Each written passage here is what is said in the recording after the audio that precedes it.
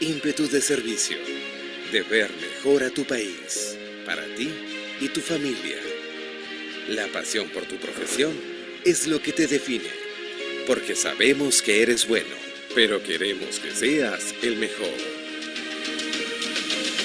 En la Escuela de Posgrado de la Universidad Norbert Wiener, creemos en ti. Por eso te impulsamos a alcanzar tu máximo potencial y luchar por tu pasión para seguir avanzando. Somos parte del grupo Wiener Carrión y hace más de 50 años impulsamos una experiencia educativa que trasciende en nuestro país. En nuestra escuela de posgrado contamos con más de 12 años de experiencia, brindando así una formación integral en salud, criminalística, educación, gestión pública, investigación, derecho e innovación. Nos comprometimos con nuestro país en formar profesionales del más alto nivel, líderes con propósito social, líderes con excelencia académica. Impulsados por una gran red de universidades en todo el mundo, con convenios nacionales e internacionales que promueven la movilidad estudiantil y docente a través de pasantías, clases espejo, congresos y eventos internacionales de primer nivel.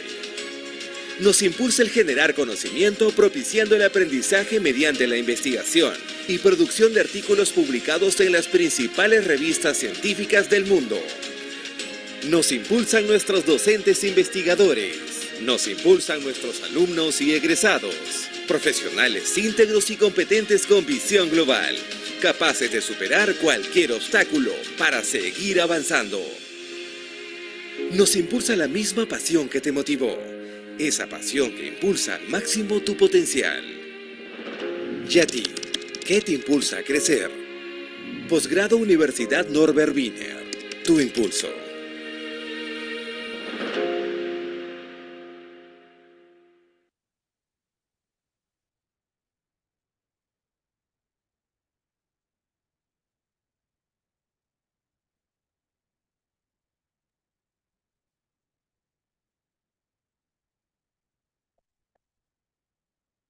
¿Cómo están? Bienvenidos. Buenas noches con todos los presentes. Les damos la más cordial bienvenida a nombre de nuestro director de la Escuela de Posgrado de la Universidad Norbert Wiener, el doctor Guillermo Raffo Ibarra. Quien les habla es Liliana Larrea, la responsable académica de los programas de educación continua de la Escuela de Posgrado. Les agradecemos su participación a quienes están ya conectados el día de hoy. Vamos a tener un programa, un webinar con un tema muy importante sobre uno de nuestros programas de especialización, que precisamente es el de peritaje grafotécnico. El día de hoy contamos con un docente reconocido de amplia trayectoria en este programa, que va a tratar un tema muy interesante, muy importante dentro del contexto de este programa de especialización. Importancia de la idoneidad de las muestras en los exámenes de autenticidad o falsedad de firmas manuscritas. Está con nosotros el día de hoy el magíster César Augusto García Blanco, maestro en criminalística, maestro en administración, con mención en gestión pública, licenciado en educación, licenciado en administración y ciencias policiales, perito judicial, grafotécnico, integrante de la nómina del registro de peritos judiciales de la Corte Superior de Justicia de Lima, docente en el Instituto de Criminalística de la Dirección de Criminalística de la Policía Nacional del Perú, docente en pre y posgrado en diferentes universidades a nivel nacional, en la Escuela de Oficiales y Escuela de Posgrado de la Policía Nacional del Perú, y evidentemente un docente de esta Casa Superior de Estudios del programa de especialización de peritaje grafotécnico. Dejo con ustedes entonces al magíster César Augusto García Blanco. Bienvenido, magíster César. Adelante. Muchas gracias. Muchas gracias por la presentación, doctora Liliana Larrea. Voy a compartir mi pantalla. A ver. Ok. ¿Se ve en la imagen? Aún no. A ver. Ujú.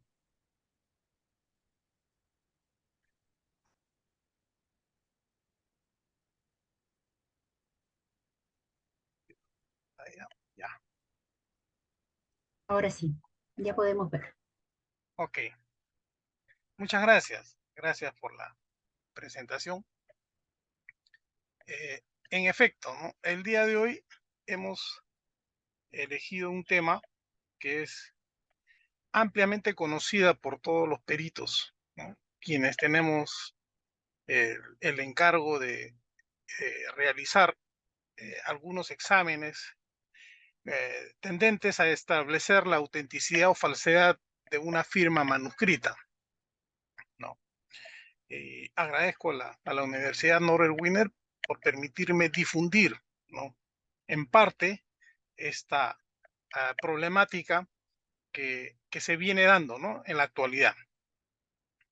La importancia que tiene la idoneidad de las muestras grafotécnicas en exámenes de firmas manuscritas. Eh,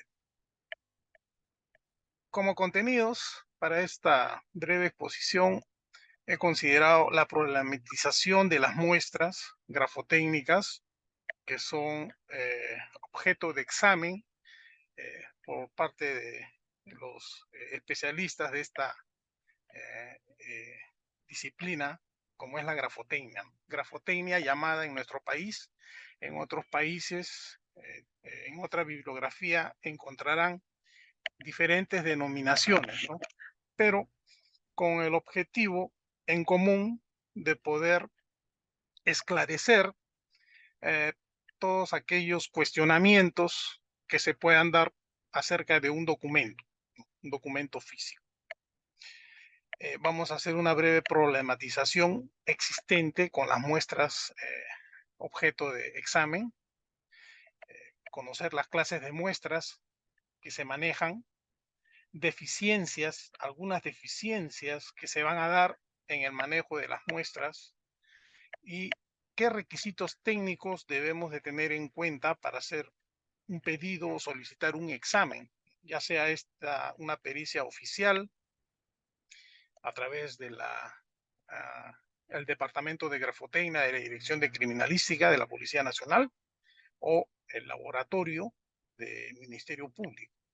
Una pericia oficial, una pericia judicial, ¿no? Eh, a cargo del Poder Judicial, eh, o una pericia de parte. También debemos de considerar los mismos requisitos técnicos. Al final, un cuadro cronológico de la historia de las muestras que se vienen utilizando a lo largo del tiempo. Y finalmente, las conclusiones y recomendaciones de todos estos contenidos que vamos a ir virtiendo a lo largo de esta exposición. Y para empezar, unas palabras célebres del perito grafotécnico peruano José Balbuena Balmaceda. En uno de sus libros escribió en el capítulo destinado a las muestras: en firmas no hay casos complicados, solo hay casos sin las muestras adecuadas. Entonces, va a depender mucho del trabajo que desarrolle el perito, ¿no? Va a depender mucho de las muestras que pueda disponer. Y en muchos casos es conocido, ¿no?, por los peritos que eh, la falta de idoneidad, ¿no?, de las muestras grafotécnicas son un impedimento, ¿no?, en muchos casos para poder realizar el estudio, ¿no?, solicitado sobre la autenticidad o falsedad de firmas, ¿no?, se refiere. Y entonces es menester, ¿no?, poder difundir acerca de alguna información que considero significativa al respecto, ¿no?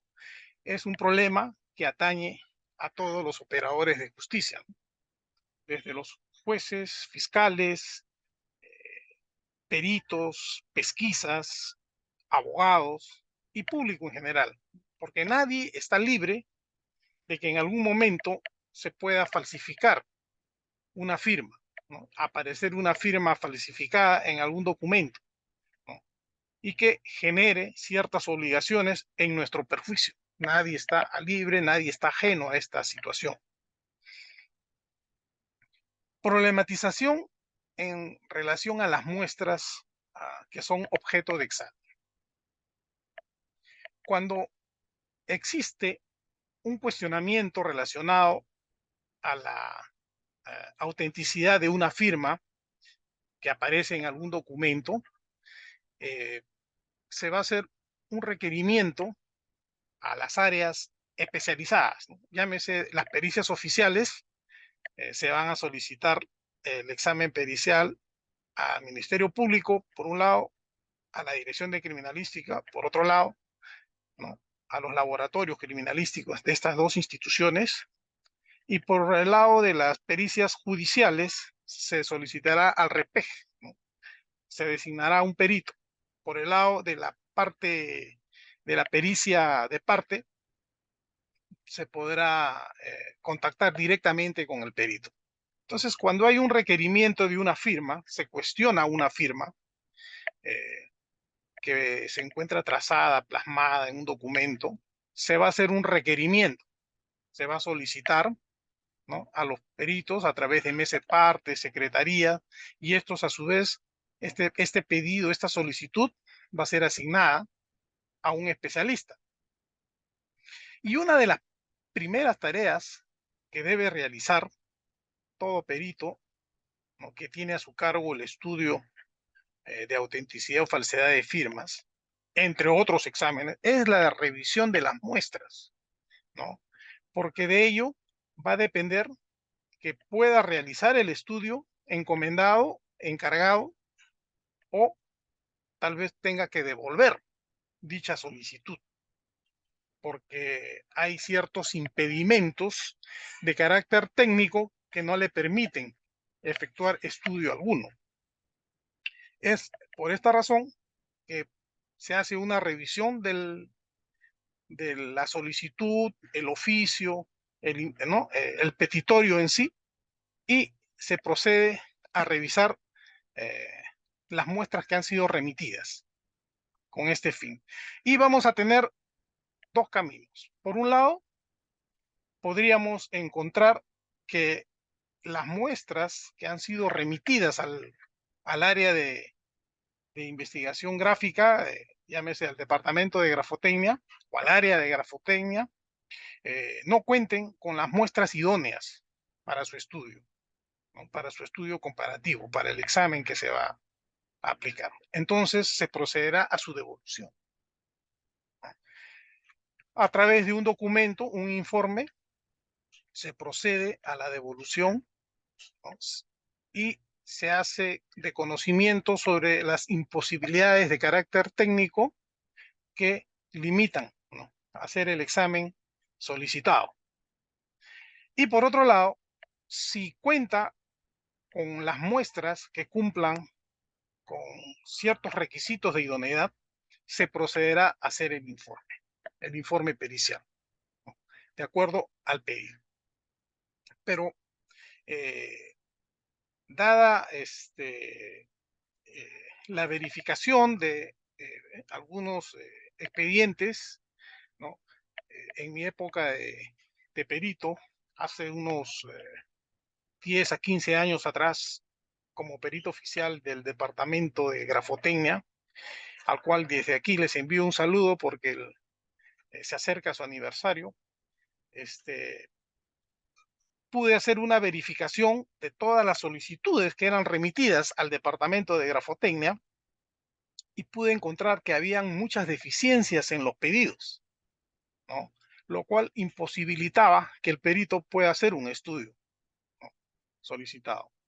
Y pudimos encontrar, por ejemplo, dentro de la revisión de todos los solicitudes periciales que ingresaban, un porcentaje aproximado de 60% a 70% de solicitudes que tendrían que ser devueltas porque las muestras no cumplían con los requisitos técnicos que indica la doctrina, versus un 40% de estas solicitudes ingresaban y concluían en un informe pericial, ¿no? Por un lado, se devolvían un 60%, por el otro lado, ingresaban un 40% y terminaban en un informe pericial, porque contaban con las muestras idóneas. Pero revisando estos informes periciales, estas solicitudes que terminaban en informe pericial, anteriormente ya habían retornado, ¿no? Y habían sido devueltas. Entonces, se encuentra aquí con un problema acerca de la idoneidad de las muestras remitidas. ¿Y qué posibles causas podríamos encontrar en esta problemática, ¿no? Que por demás ocasiona el retraso para todos los operadores de justicia el no poder emitir un estudio pericial. En primer lugar, el desconocimiento general, ¿no? Se desconoce, en algunos casos se desconoce qué examen solicitar, en otros casos se desconoce qué muestras deben remitir al perito para que el perito se limite a hacer su trabajo. Un desconocimiento de la remisión de muestras. Por otro lado, solicitudes mal formuladas, ¿no? Que eran en menor porcentaje, pero también eran parte del problema. Es decir, remitir una muestra, ¿no? Digamos una letra de cambio, solicitar el examen pericial y no especificar dentro de los exámenes periciales que se formulan cuál de ellos necesitaban que se realice. Entonces el perito, obviamente, ante la duda, no puede él adivinar qué examen va a realizar. O en su defecto, se remitían muestras y no se señalaba, por ejemplo, cuál era la muestra cuestionada y cuál era la muestra de comparación para poder hacer un estudio de cotejo de características. Y una tercera causa que se devolvían las solicitudes eran las muestras deficientes, ¿no? Las cuales se adjuntaban al petitorio.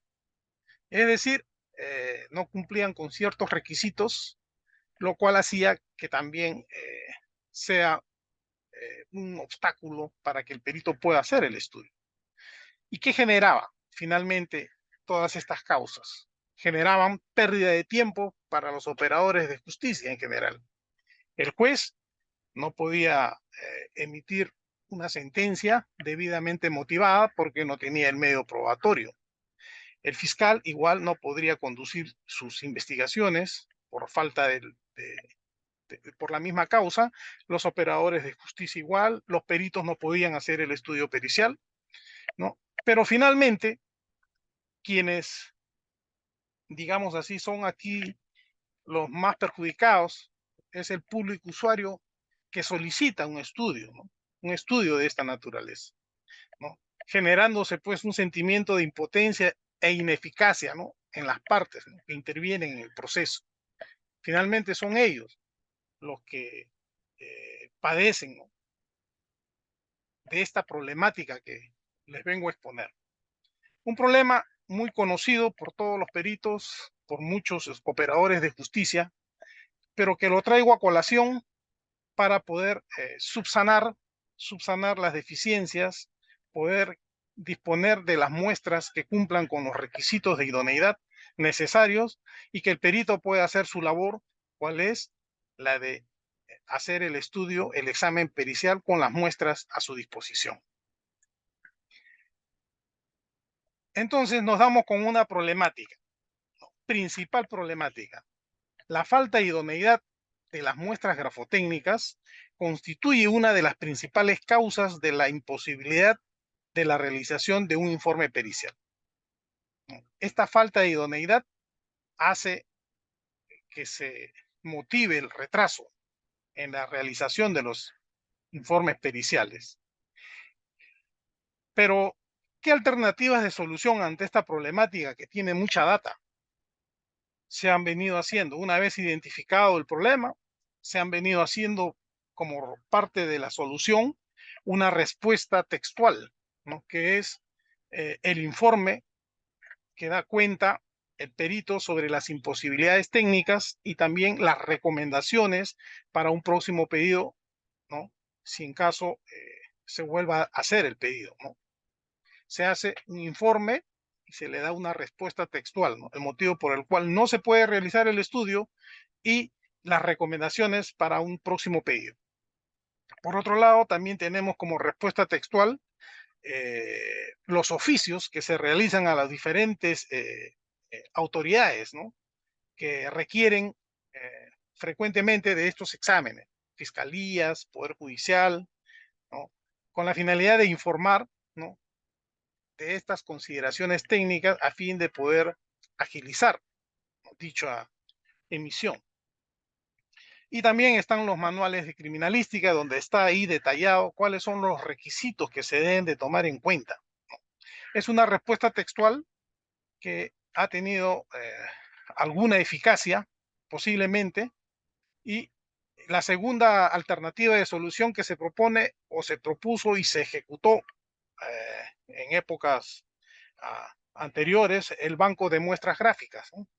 Se crea un banco de muestras gráficas, se administran las muestras, todas las firmas, sobre todo de las autoridades, ¿no? Que constantemente vienen siendo víctimas del fraude de sus firmas, de falsificación de sus firmas. Entonces, un banco de muestras donde se van almacenando y administrando dichas muestras. Una tercera alternativa de solución son los convenios interinstitucionales, ¿no? Que se deben dar entre entidades como son la Dirección de Criminalística y algunas entidades donde se almacenan firmas que podrían servir muy bien en el propósito de ser utilizadas como muestras de comparación. Y finalmente, la capacitación o charlas de sensibilización, ¿no? A los diferentes operadores de justicia y al público en general, para que tengan en cuenta qué consideraciones técnicas se deben tener, ¿no? Al momento de hacer un pedido de la especialidad de la grafotecnia, ¿no? Tendientes pues a esclarecer, ¿no? Establecer la autenticidad o falsedad de una firma cuestionada. Y para desarrollar el contenido de estos requisitos de idoneidad que deben cumplir las muestras, he preparado algunas preguntas que van a ser guías para el desarrollo de los contenidos. ¿Qué tipo de muestras gráficas para el análisis de firmas conocemos? ¿No? Si vamos a trabajar con muestras gráficas, ¿qué tipos de muestras utilizaremos? ¿No? ¿Qué deficiencias podríamos encontrar en las muestras gráficas? ¿Todas las muestras gráficas nos van a servir, ¿no? Necesariamente, o habrán algunas que tal vez tengan ciertas limitaciones, ¿no? De carácter técnico. ¿Y qué requisitos técnicos deberán cumplir las muestras gráficas en firmas, ¿no? En análisis de firmas? Son tres preguntas que las vamos a responder en el desarrollo de los contenidos. Clases de muestras. En primer lugar, vamos a tener dos tipos de muestras. Por un lado, la muestra cuestionada, conocida también como la muestra problema, donde existe una duda y que se quiere esclarecer. Como sinonimia tenemos muestras dubitadas, incriminadas, muestras impugnadas, dudosas, controvertidas, litigiosas, ¿no? Entre otras denominaciones que son materia de estudio. Es el problema que queremos, es el cuestionamiento que queremos absolver. La firma que obra en un documento, ¿es auténtica o es falsificada? Y por otro lado, las muestras de cotejo, ¿no? Que van a servir como muestras testigo, llamadas también muestras auténticas, muestras genuinas, indubitadas o muestras de comparación. Entonces, aquí tenemos dos tipos de muestras que nos van a servir para nuestro estudio comparativo. Muestras cuestionadas versus muestras de cotejo. Y es que para poder establecer la autenticidad o falsedad de una firma, necesitamos de ambas. Por un lado, la muestra cuestionada y por otro lado, las muestras de comparación. Va a ser un estudio eminentemente comparativo, confrontacional. Vamos a contrastar características que vamos a identificar, por un lado, en las muestras de cotejo y posteriormente las vamos a comparar con las que presenta la muestra cuestionada. ¿Y qué deficiencias se pueden encontrar en las muestras de comparación y las muestras cuestionadas? En primer lugar, vamos a encontrar algunas limitaciones técnicas que tenemos que saber que se pueden dar, que pueden contener algunas muestras. En primer lugar, identificar las limitaciones técnicas que se presentan en las muestras grafotécnicas, como son proceder en fotocopias, ¿no? Si bien es cierto, se ha difundido este medio de reproducción de documentos, sin embargo, para un estudio de comparación de firmas de resultado categórico, ¿no? Podría ser una limitante que nos imposibilite emitir un pronunciamiento definitivo, me refiero. Y entonces, el hecho de que las muestras estén en fotocopias podría ser una limitación insalvable. Extemporáneas, ¿no? Que estén fuera de tiempo. Son fechas muy lejanas entre la muestra cuestionada y las muestras de comparación, ¿no? Que podrían darse algunos cambios significativos en las muestras de comparación, y que podríamos incluso considerar que serían diametralmente opuestas si comparamos la muestra cuestionada versus la muestra de comparación. Es por eso que esta también es una limitación, el tiempo, ¿no? De diferencia existente entre la muestra cuestionada y las muestras de comparación. Las diferencias que podríamos encontrar, ¿no? Entre la muestra cuestionada y las muestras de comparación también podrían haber cambiado, ¿no? En el tiempo dichas muestras y hacerlas diametralmente opuestas, que no encontremos elementos posibles de ser comparados entre una y otra. Muestras alteradas. También vamos a encontrar que hay algunas muestras que podrían encontrarse alteradas por razones físicas, por razones de salud, y que podrían encontrarse diferencias eh, entre ambas muestras. Muestras dudosas, no saber si las muestras de comparación provienen realmente del titular o no, ¿no? Y muestras insuficientes. Estas muestras deben encontrarse en cantidad y calidad tal que nos permita hacer un estudio comparativo con la muestra cuestionada.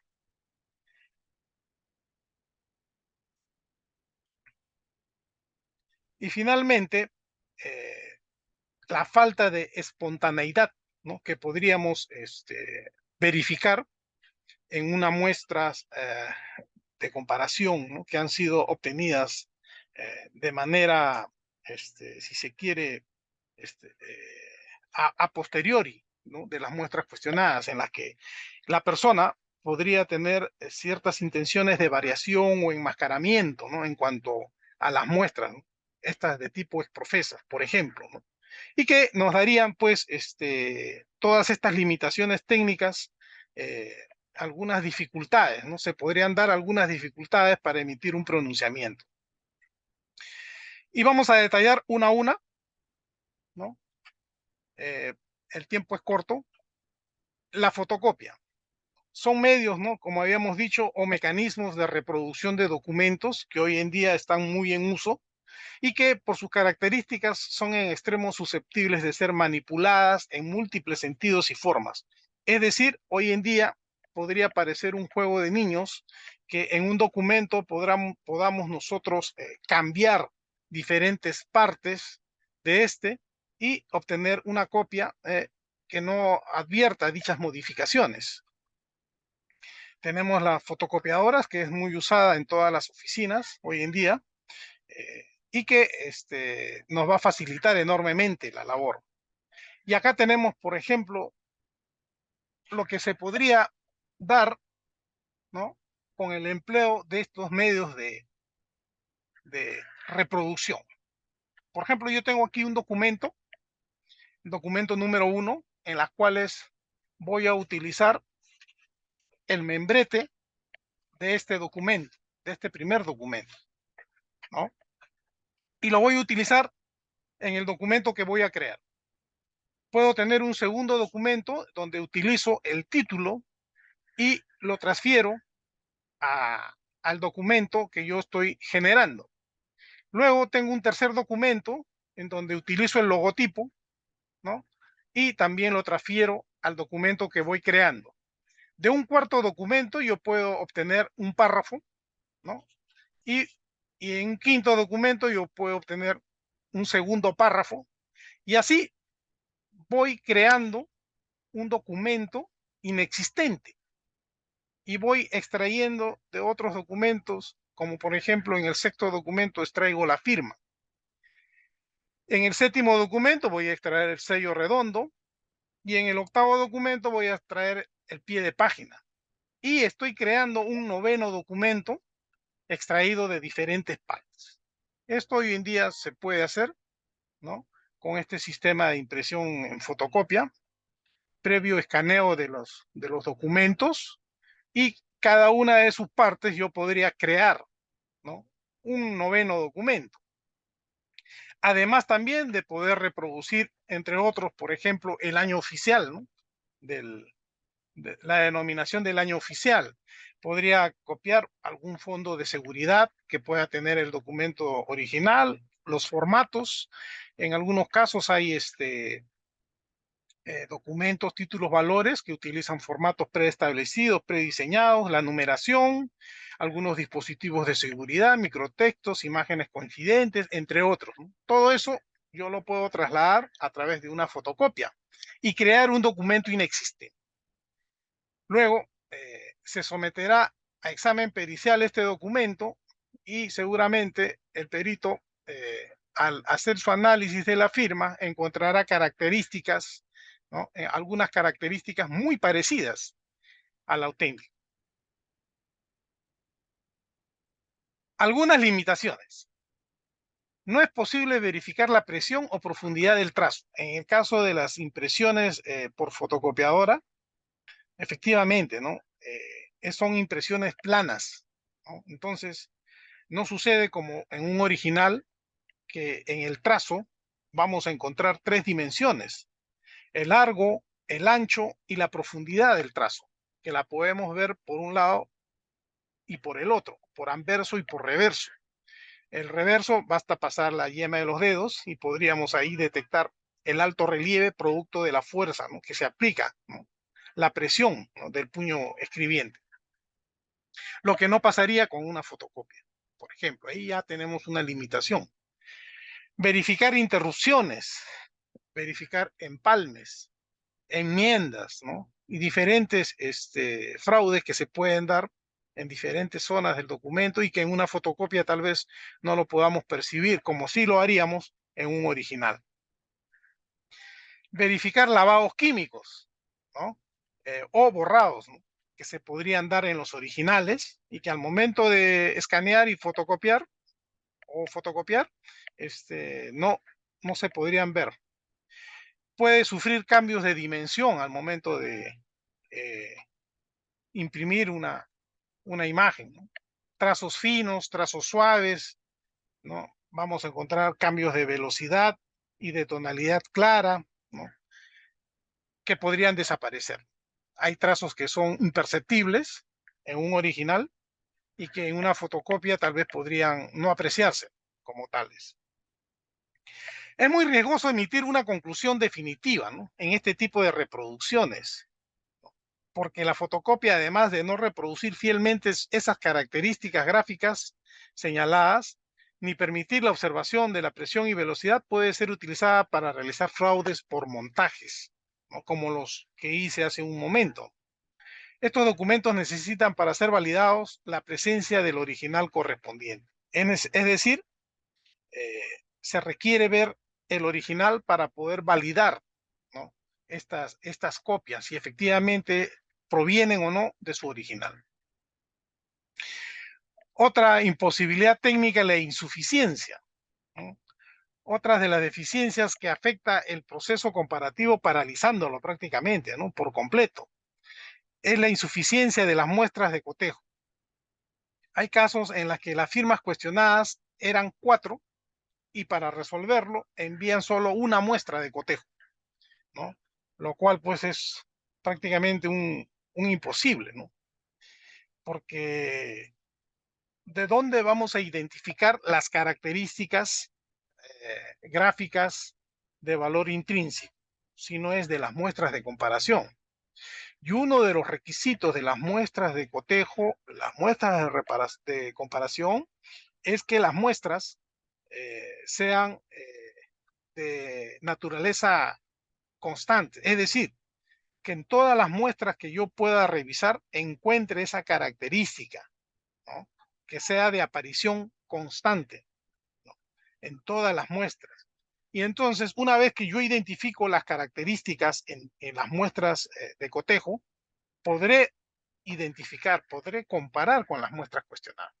Pero si yo tengo una o dos muestras, entonces, ¿cómo yo podría establecer, ¿no?, esa constancia si es que no tengo las muestras suficientes? Entonces no podría identificar el grupo de gestos gráficos y más aún el patrón de variación posibles que se suelen dar en la ejecución de las firmas. Falta de espontaneidad.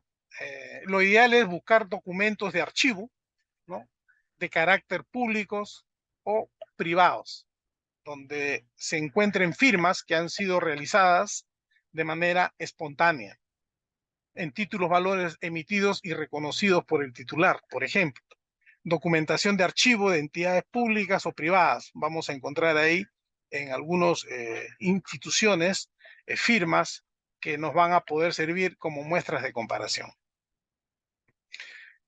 Extemporáneas es otro impedimento, ¿no? También frecuente que se pretenda cotejar una firma cuestionada reciente, ¿no?, con una firma de cotejo antigua, digamos 1980, ¿no?, 90, 2000, 2010, 2020, más de 40 años, ¿no? Entonces, en todo ese tiempo podríamos encontrar muchas diferencias entre ambas firmas, ¿no?, dado el tiempo transcurrido entre una y otra, que incluso podríamos ver que son totalmente diferentes, ¿no?, en algunos casos, ¿no?, cuando se cambia el diseño de la firma por uno u otro motivo. La falta de coetaneidad entre las firmas cotejadas dificulta o impide la consecución del proceso comparativo, ¿no? Y hay que tenerlo en cuenta. Es por ello que se deben de fijar en las fechas de los documentos que se van a utilizar como muestras de comparación. No son homólogas, es decir, cuando la muestra cuestionada versus las muestras de comparación no tienen elementos comunes de ser comparados entre sí, ¿no? Entonces es prácticamente imposible hacer un estudio comparativo. Si la firma dudosa es legible y dice Pedro Stuart, por ejemplo, ¿no?, un caso, protégese con firmas auténticas que digan Pedro Stuart. Si es firma ilegible, completa, entonces se podrá hacer un estudio. Si tanto la muestra cuestionada como las muestras de comparación tienen los mismos elementos gráficos. Igual, si la firma es ilegible completa, cotéjese con auténticas ilegibles completas, ¿no? Vamos a encontrar que por razones de profesión hay personas que podrían tener diferentes formas de firmar, ¿no? Firmas completas, cuando pone su nombre, su apellido y la rúbrica, las media firmas, cuando pone el nombre y la rúbrica propiamente dicha y el visto bueno. Entonces, son 4 formas de firmar que podría tener una persona y que las 4 podrían ser perfectamente válidas y que las va a utilizar en diferentes, digamos, aspectos de su vida profesional.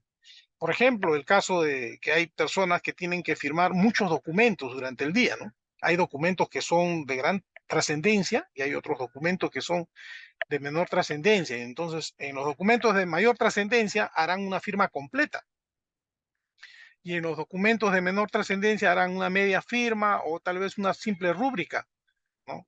Y entonces, al momento de nosotros hacer un estudio comparativo y solicitar las muestras, tenemos que considerar si son firmas completas las muestras cuestionadas. Las muestras de comparación también deben de tener la misma estructura, firmas completas, con elementos literales, sin elementos literales, va a depender la muestra cuestionada. Firmas dudosas, ¿no? Nos remiten muestras de comparación y no tenemos la certeza de que estas muestras de comparación pertenezcan a su titular, ¿no?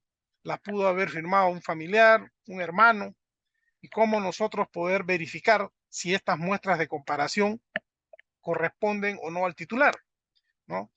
Y podríamos inducir error al perito, ¿no? Mandarles muestras que no le corresponden al titular como si fueran auténticas, ¿no? Que pertenecen a su puño gráfico, podríamos inducir a un grave error. Se da el caso inverso, ¿no? Cuando una firma falsa al final del peritaje se le señala como auténtica, por ejemplo, ¿no? Porque el falsificador logra designar como auténticas numerosas firmas falsas. Entonces, el perito utiliza firmas falsas versus la firma falsa, que es la cuestionada, y va a dar como resultado que es una firma auténtica que proviene de un mismo puño gráfico. Otro grave error. Falso más falso es igual a auténtico.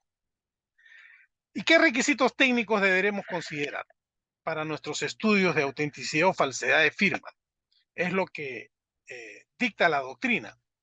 La muestra cuestionada se deberá disponer en documento original, no en reproducción fotostática, digitalizada u otra análoga. Es decir, para nosotros poder arribar a una conclusión categórica, no, necesitamos que la muestra cuestionada se encuentre en original. Caso contrario, no vamos a poder ser muy categóricos en esa conclusión de ese informe pericial. Entonces, la doctrina recomienda que la muestra cuestionada sea analizada en original.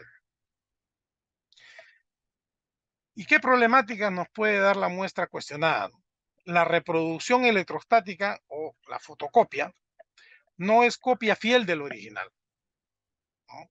Porque, por ejemplo, podría variar el receptor, mientras que el original puede ser un papel fiduciario. La fotocopia no necesariamente se va a imprimir en un papel de estas mismas características, ¿no? Podría ser hecha en un papel de hojabón. Entonces no vamos a tener el mismo receptor. Eso por un lado. Por otro lado, las firmas que vamos a contener en cada documento. En un original, yo voy a tener firmas originales hechas con bolígrafo, y en donde vamos a poder analizar todas las características, ¿no?, que en ellas vamos a encontrar, versus la impresión fotostática, que es una impresión más bien plana, ¿no?, y con otras tintas empleadas. En el caso de la firma original, vamos a encontrar tinta de bolígrafo. En el documento impreso vamos a encontrar tinta de la fotocopiadora, el tóner, que normalmente es utilizado. Entonces ya hay diferencias, ¿no?, sustanciales. Los estampados de sellos, de igual manera, ¿no?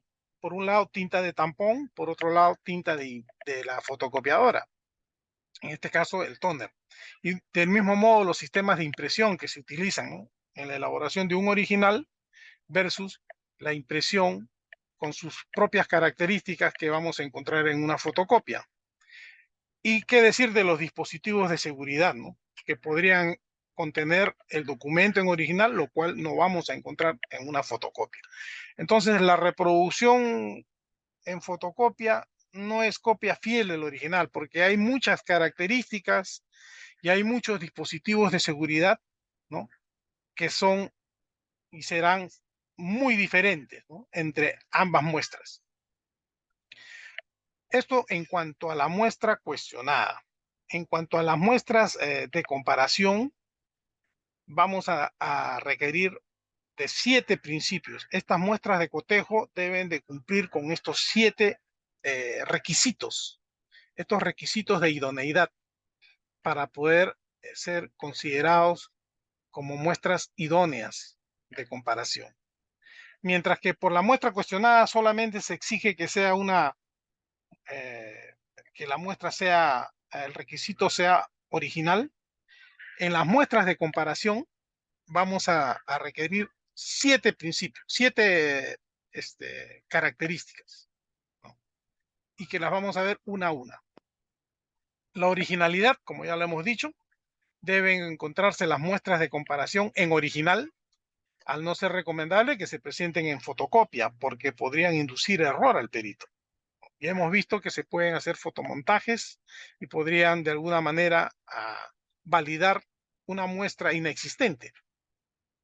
Permite evidenciar la espontaneidad, la velocidad, el ritmo, enlaces, presión y características relevantes, ¿no?, lo que no se aprecia, por ejemplo, en una fotocopia, porque es una impresión más bien plana. Que sean homólogas, es decir, que tengan elementos comunes de ser comparados, de ser cotejados, contrastados entre las muestras de cotejo versus la muestra cuestionada. Deben ser homólogas, que tengan similar estructura, ¿no?, cuando menos. Las asignaturas de cotejo deberán tener elementos comunes de comparación con la cuestionada en cuanto a su morfología y estructura. Por ejemplo, ahí tenemos una firma legible, ¿no?, con elementos literales donde podemos leer, ¿no?, el nombre y el apellido y la inicial del apellido materno, posiblemente, perfectamente, versus una firma ilegible. Entonces, poder comparar estas firmas, ¿no?, no vamos a encontrar elementos comunes, ¿no?, de ser comparados entre la muestra cuestionada versus la muestra de comparación. Entonces, tienen que ser homólogas, que tengan la misma estructura, pues, cuando menos, ¿no? Si es una firma completa, comparar con unas firmas completas. Si son media firmas, con media firmas. Si son rúbricas, con rúbricas. Si son visto buenos, con visto buenos, ¿no? Va a depender, ¿no?, de la muestra cuestionada a ser analizada. Fiables. Para iniciar la comparación de signaturas se deberá determinar el origen de las firmas, debiéndose verificar en forma fehaciente que las firmas remitidas para estudio grafotécnico correspondan a la persona a quien se le atribuye. ¿Y cómo podríamos hacer eso? Yo recibo de buena fe las muestras cuestionadas por un lado y las muestras de comparación, ¿no? Yo tendría que verificar si efectivamente estas firmas recibidas como muestras de comparación le pertenecen al titular, ¿no? Recurriré a algunas otras fuentes oficiales para poder validar, ¿no?, estas muestras que las estoy recibiendo como muestras genuinas de comparación.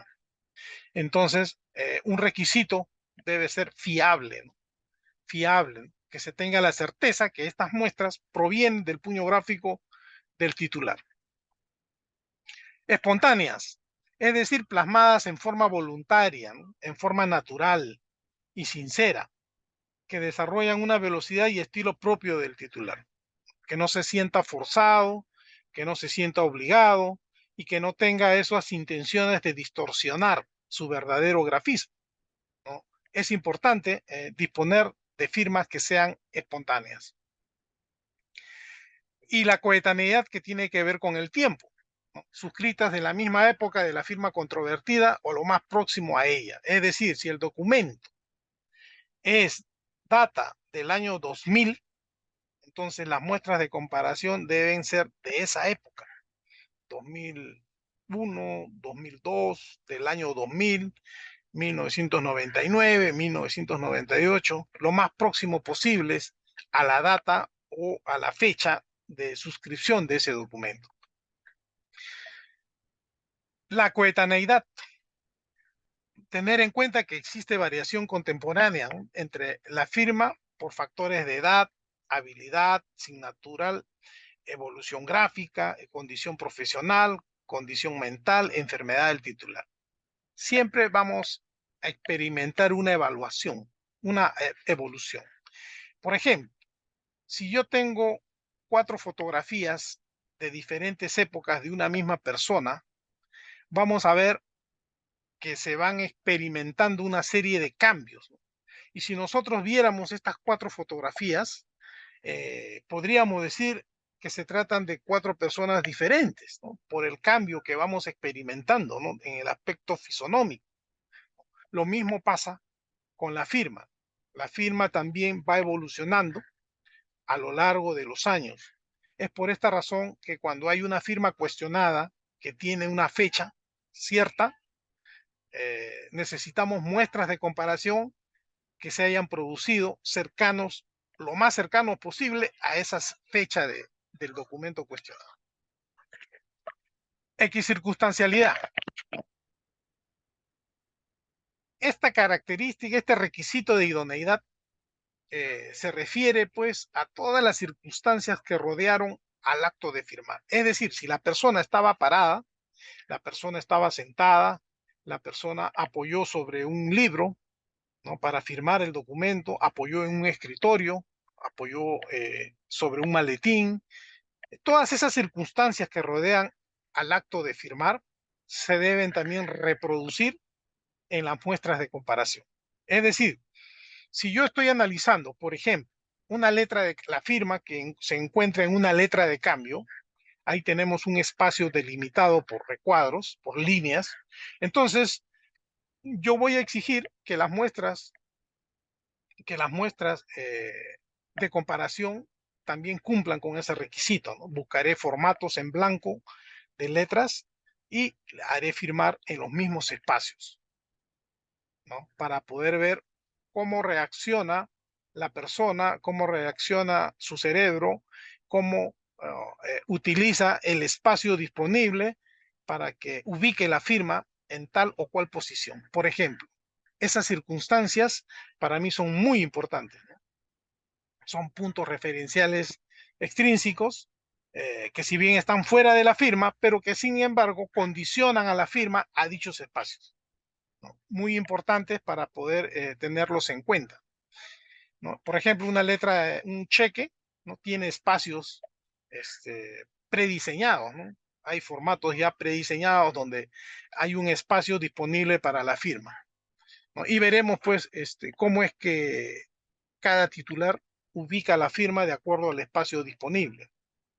Utilizar el mismo bolígrafo, el mismo color de tinta, entre otras circunstancias, ¿no?, que rodean al acto de firmar.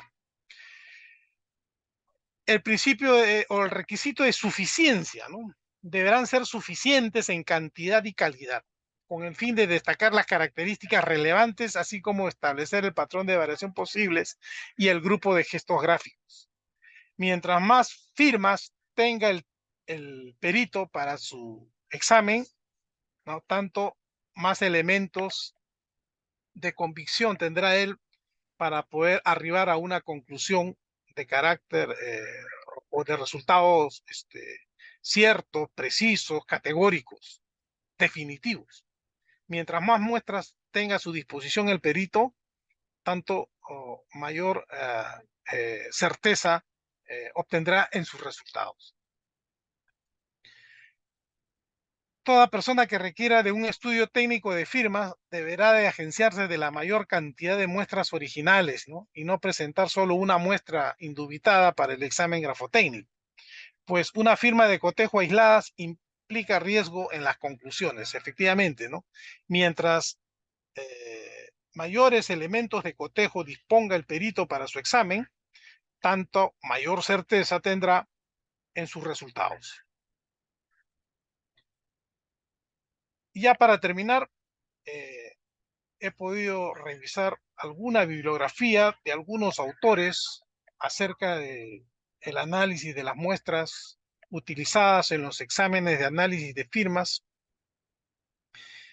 y he podido encontrar y hacer un cuadro cronológico de dos entradas, ¿no? Por un lado, están los autores, los años de sus publicaciones, y por otro lado están las características que han considerado cada uno de ellos. Y entonces vamos a ver que hay una información muy valiosa que a lo largo del tiempo se viene utilizando hasta la actualidad. Tenemos, por ejemplo, el más antiguo del año 1963, casi 60 años, ¿no? Casi 60 años o 61 años a la fecha, en donde Félix del Balatier, ¿no? Considera en sus apuntes, por ejemplo, de los 7 requisitos que he podido encontrar, ¿no? Considera él las muestras que sean coetáneas, que tiene que ver con la data del documento cuestionado, y las de comparación, las equicircunstancialidades que se puedan dar, algunas variaciones de acuerdo a la característica o en todo caso a las circunstancias que rodean al acto de firmar, la espontaneidad, si son muestras espontáneas, libres, normales, ¿no? Y también considera las muestras deben ser originales, ¿no? Deben ser las muestras como requisitos ser originales y suficientes.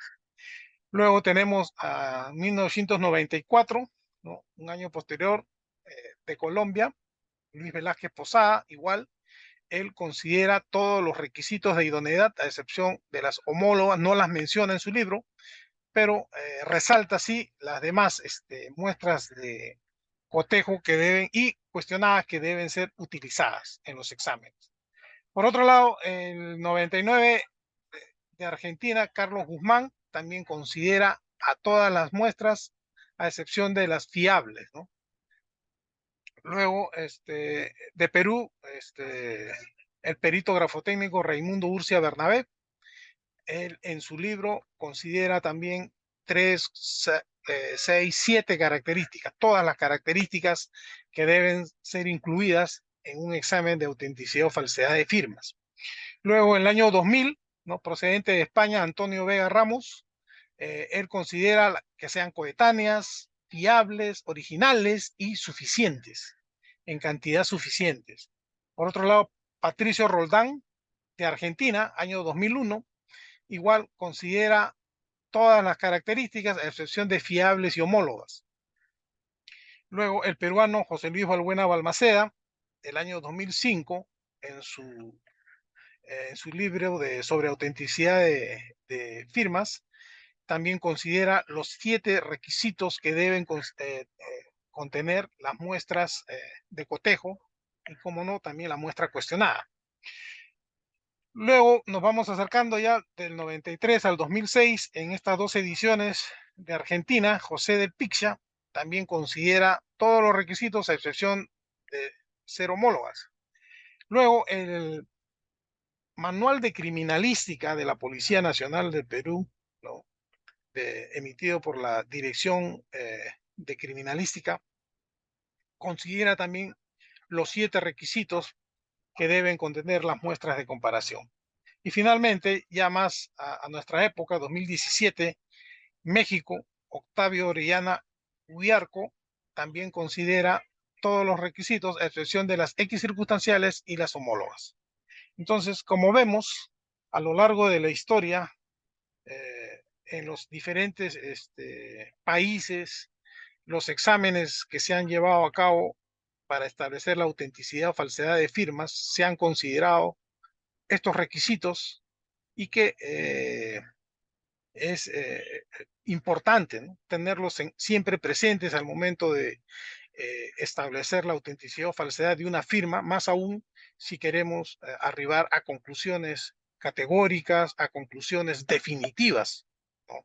Y sin dejar rastros de duda, ¿no? En nuestros pronunciamientos periciales.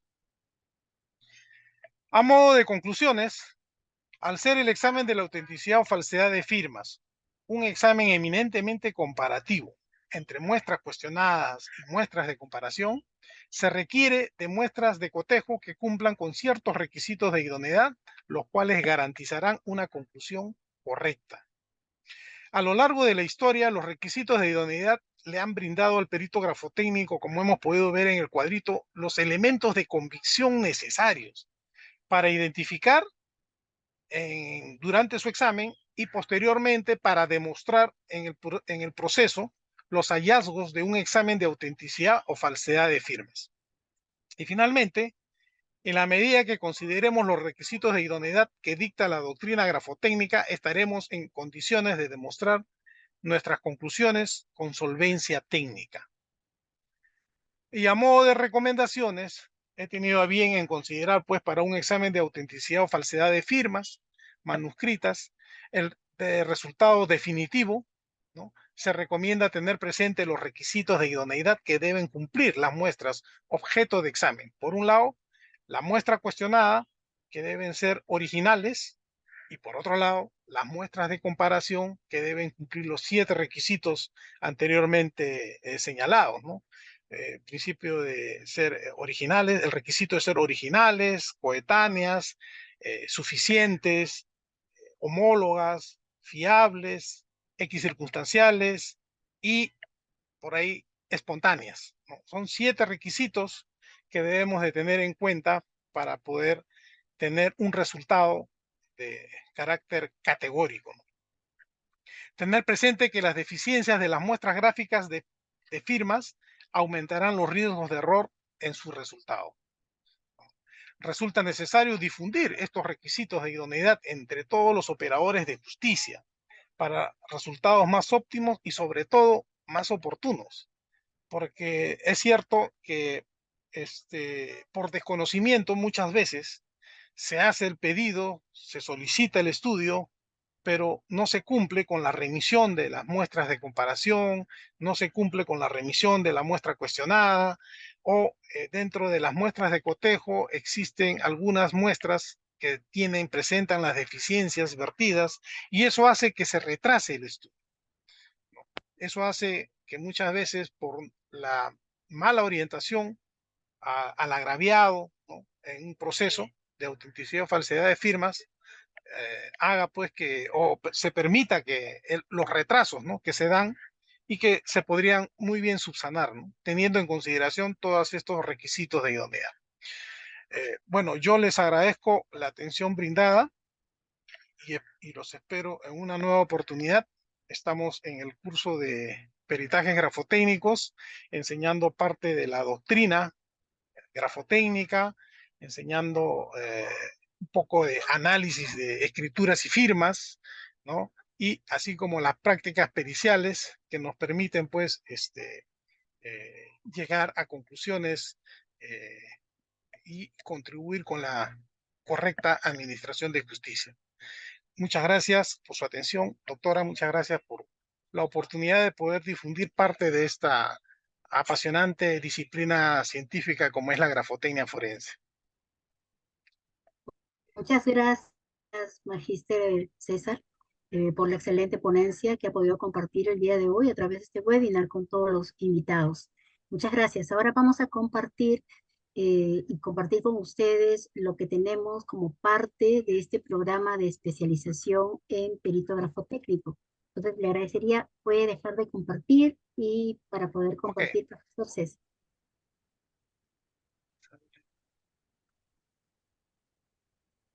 También a través del chat les estamos dejando una encuesta, por favor, para que puedan ustedes responderla. Y eso también nos ayuda mucho conocer sus opiniones. Y a los que estén interesados también en este programa. Muy bien, queremos compartir entonces con ustedes lo que significa este programa de especialización en peritaje grafotécnico que ofrece la Universidad Norbert Wiener. La universidad tiene muchos años de experiencia brindando este tipo de programas que son parte de la educación continua y parte de la escuela de posgrado también, como es en esta ocasión peritaje grafotécnico. ¿Cuáles son los objetivos de este programa? Ya han escuchado ustedes al magíster César García explicar en uno de estos temas tan importantes como es la autenticidad, ¿no?, de las muestras, cómo a través de este programa buscamos que formar expertos en la aplicación precisamente de esas técnicas, de esos procedimientos, de estas metodologías que permitan identificar sobre todo autores de fraudes, ¿no?, con una metodología propia del fraude documental. Entonces, en este programa vamos a trabajar desde casuísticas reales, problemáticas, ¿no?, situaciones reales, para poner en práctica los nuevos conocimientos. ¿Qué les ofrecemos? Yo creo que todo profesional, cuando busca que perfeccionarse, que continuar formándose, fortaleciendo competencias, busca una institución reconocida por su calidad educativa en este caso. Queremos compartirle que hace unos días hemos obtenido la recertificación ISO 9001 y también hemos obtenido 4 estrellas en lo que son las categorías del QS-STAT, que nos da, digamos, la categoría de una institución reconocida y de calidad, y 5 estrellas en docencia, en empleabilidad, en educación en línea. Es decir, con toda la confianza, esta es una institución comprometida con la formación, con la educación continua, y les ofrecemos en este programa un plan de estudios moderno, actualizado, eh, una plana docente, un staff de amplia trayectoria, ¿no?, para muestra el día de hoy en este webinar a nuestro docente, el magíster César García. La metodología que utiliza es activa, es participativa, es una metodología adecuada precisamente para una educación en estos entornos virtuales, bien, para lograr los mejores resultados de aprendizaje. Tenemos un ecosistema digital para el aprendizaje, utilizamos plataformas educativas que están disponibles para ustedes durante 24/7. Tenemos materiales, lecturas, ¿no?, actualizadas, materiales educativos, videos, etcétera, y además las sesiones sincrónicas, los encuentros con el docente. Tenemos también diferentes tipos de convenios institucionales que siempre están respaldando a estos programas. Realizamos diferentes actividades académicas, webinars, videoconferencias internacionales también, para fortalecer los contenidos que tiene el programa de perito grafotécnico. ¿A quién está dirigido este programa? A profesionales de diversas especialidades, ¿no? Psicólogos, abogados, contadores, administradores, licenciados de las ciencias policiales de la Policía Nacional del Perú, entre otros, ¿no? Todos los que requieran adquirir estos conocimientos, consolidar sus competencias en el campo del peritaje grafotécnico. ¿Cómo está organizado nuestro plan de estudios? Tenemos aquí tenemos 4 módulos. El primer módulo, cada módulo tiene una duración de 1 mes, ¿no?, en la cual ustedes van a tener encuentros, se tienen encuentros sincrónicos a través de la plataforma Zoom con el docente de cada asignatura, de cada módulo. Fundamentos de la grafotecnia, análisis de documentos, manuscritos y firmas, legislación y documentación pericial y análisis de documentos, práctica pericial forense. Entonces, este es nuestro plan de estudios, que está debidamente organizado y tiene los materiales, y toda la gestión del aprendizaje se desarrolla en las plataformas educativas que tiene la Universidad Norbert Wiener. Nuestra plana docente, el staff, ¿no?, son docentes de primer nivel con amplia experiencia en el campo. Tenemos al doctor Albert Álvarez Quispe, al magíster César García Blanco, que ha estado acompañándonos el día de hoy, al doctor José Jauregui Montero, especialistas en cada uno de los contenidos y la temática de este programa. Este programa otorga una certificación, que es un diploma por el programa de especialización en peritaje técnico y lo otorga la Escuela de Posgrado de la Universidad Norbert Wiener.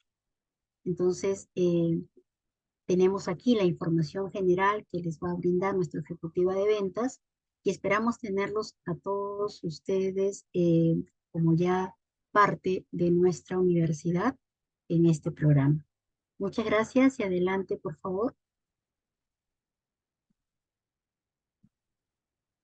Adelante, por favor, Karen. Sí, buenas noches. Bueno, me presento, mi nombre es Karen Torres, asesora comercial de la Escuela de Posgrado de la Universidad Norbert Wiener. En primer lugar, agradecer al docente, al profesor García Blanco, ¿no? Por tan importante tema, ¿no? Acerca de la importancia de la idoneidad de las muestras en los exámenes de autenticidad o falsedad de firmas manuscritas, ¿no? Bueno, yo les voy a pedir que se queden hasta el último porque se les va a enviar un link donde van a tener una constancia de participación de este webinar. Se les va a enviar un link para que puedan registrarse con sus datos completos, ¿no? Y le lleguen esta constancia de participación. También estoy dejando en el chat los datos de las asesoras educativas para que se puedan comunicar, tanto como el brochure del programa de especialización, como las fechas, los inicios, para que se puedan comunicar también. Les comento, este programa de especialización, el peritaje grafotécnico, estamos iniciando ya el 4 de abril. Es un programa de 4 meses totalmente virtual. Son 192 horas académicas que equivalen a 8 créditos. Y las clases solo son 2 veces a la semana. En este caso son los jueves y los sábados. Totalmente virtual. Las clases son en vivo, de 7 a 10 de la noche, ¿no? Para poder inscribirse requerimos de la copia de su DNI, la copia de grado académico, puede ser grado bachiller, carrera técnica o experiencia laboral, ¿no? Una solicitud de inscripción, que es un formato que manejamos, y la constancia de derecho de inscripción. Si podemos pasar, por favor, Magistra Liliana. Con referencia a lo que es la inversión del programa de especialización en peritaje grafotécnico es de 2.500 soles por el total del programa de 4 meses. Hay una inscripción de 300 soles y tenemos las cuotas que son de 550 soles. También tenemos algunos descuentos del 15% de descuento, ¿no? Manejamos algunos descuentos, por ejemplo, con algunos colegios profesionales, con algunas instituciones, con unas instituciones tanto del sector público y sector privado, contamos con el 15% de descuento, ¿no? Entonces, con el 15% de descuento también lo podrían aplicar a la cuota, ¿no? A ver, para indicarle más o menos cuánto le saldría con un 15% de descuento si aplicaría. La inversión de 2.500 con el 15% de descuento por convenio corporativo quedaría en 2.172. La inscripción es igual, es de 300 soles y las cuotas le quedaría en 468, ¿no? Serían 4 cuotas de 468. También tenemos descuentos grupales, es decir, si se agrupan entre 3 participantes, podemos manejar también el 15% de descuento. Como les vuelvo a indicar, en el chat he dejado mis datos. Si tienen alguna duda, alguna consulta, ahí están mis datos, el número de WhatsApp. Igual yo les invito a que puedan participar de este programa de especialización en peritaje grafotécnico. Hay que recordar también, ¿no?, que el mejor momento de invertir en educación es ahora, ¿no? Una persona que desarrolla sus competencias profesionales son más valoradas, ¿no?, por el mercado laboral. Yo los invito a que puedan participar. Cualquier duda me pueden comentar por WhatsApp. Y bueno, le agradecemos todos por su participación. Muchísimas gracias, Liliana. Muchísimas gracias a todos ustedes y al docente también. Muchas gracias y por favor completar los enlaces que se les ha dejado, que Karen les ha compartido en el chat. Y muchas gracias, los esperamos entonces y desde ya pues les damos la bienvenida a la Universidad Norbert Wiener. Gracias, buenas noches.